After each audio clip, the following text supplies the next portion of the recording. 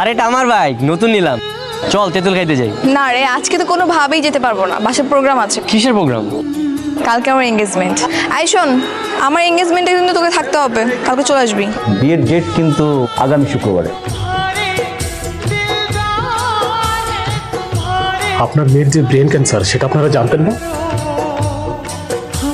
জানতাম।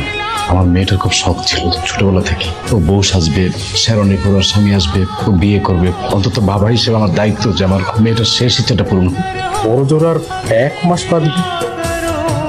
আমার এই 22 বছরের জীবনে আমি কি পাইনি? ভালো পড়াশোনা, স্কুল কলেজ, এরকম আলিশান একটা বাড়ি, তার চেয়ে বড় কথা তোমাদের মতো ভালো বাবা মা।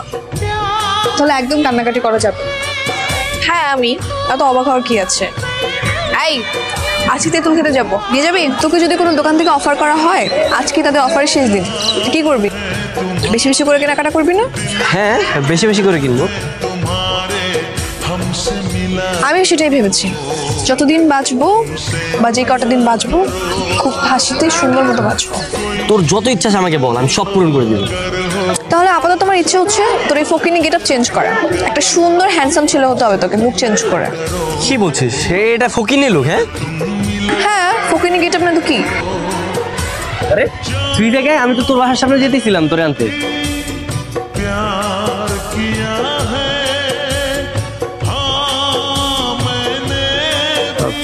কিরে তুই এমনি তাকে আসিস কেন? হ্যাঁ, তোকে দেখছি, তোর লুকটা চেঞ্জ করার পর তোকে অসম্ভব সুন্দর লাগতেছে। তুই কখন আন্দাজ করতে পেরেছিস যে তুই এত সুন্দর? তাই নাকি? হ্যাঁ, দাদা তাকে ছবি তুলে দেখাই। আচ্ছা ঠিক আছে, ছবি তো। আরে মা, সেই তো। হ্যাঁ, আমার তো পুরো সেই লাগতেছে।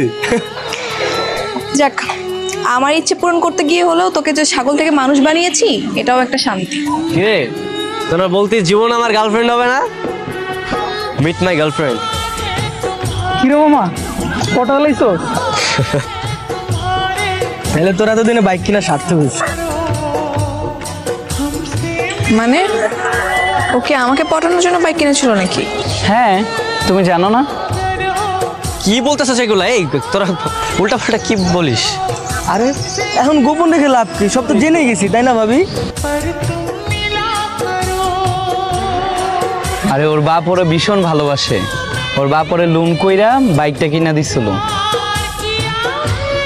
ওর বাবা ওকে যেরকম ভালোবাসে, ও ঠিক তেমনটা আপনাকেই ভালোবাসে, পাগলের মতো ভালোবাসে।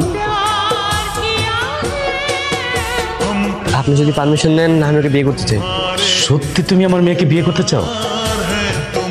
হ্যাঁ হ্যাঁ আঙ্কেল। আমি এক্ষুনি ওকে বলছি। না না আঙ্কেল, ওকে কিছু বলতে হবে না, আমি এসে ওকে সারপ্রাইজ দিব। সারপ্রাইজ দিবা? আচ্ছা, তুমি যেভাবে ভালো মনে করো সেভাবেই করো।